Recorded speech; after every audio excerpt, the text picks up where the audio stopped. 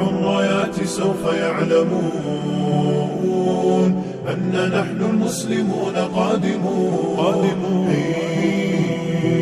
نرفع الرايات سوف يعلمون أن نحن المسلمون قادمون تشهد الأيام عنا والسنون.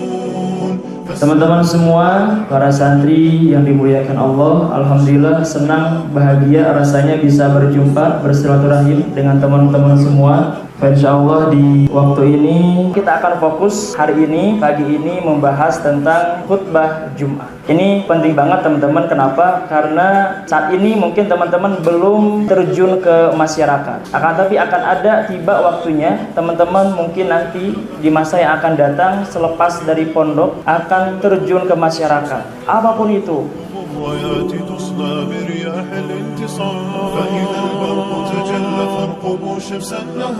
Sebagaimana ibadah sholat, pastinya ada rukun-rukun yang harus kita penuhi. Di dalam wudu ada rukun-rukun yang harus kita penuhi. Rukun itu manakala kita tinggalkan satu saja, maka akan mempengaruhi atau tidaknya ibadah tersebut.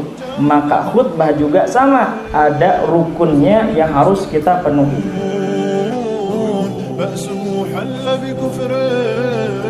Di sholat Jumat itu, ya, khutbah Jumat itu ada dua khutbah. Doa itu boleh di dua-duanya, boleh di akhir disatukan. Ya, yang penting kelima rukun itu ada dalam rangkaian khutbah. Makanya biasanya doanya di akhir.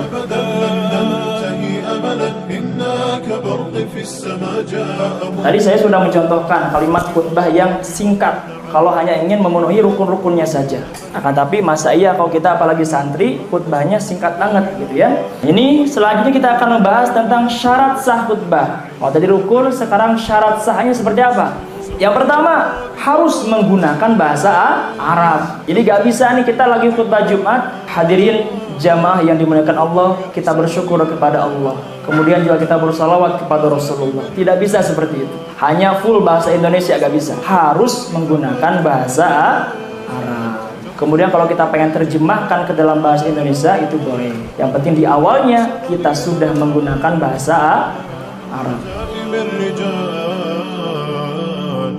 عزائم الرجال لن يطول البعد عن نصر ولن نرضى بغير النور في الليل هدى لن ننطفي أبدا لن ننتهي أبدا إنا كبرق في السماء جاء ملتهبا نرفع الرايات سوف يعلمون أن نحن المسلمون قادمون.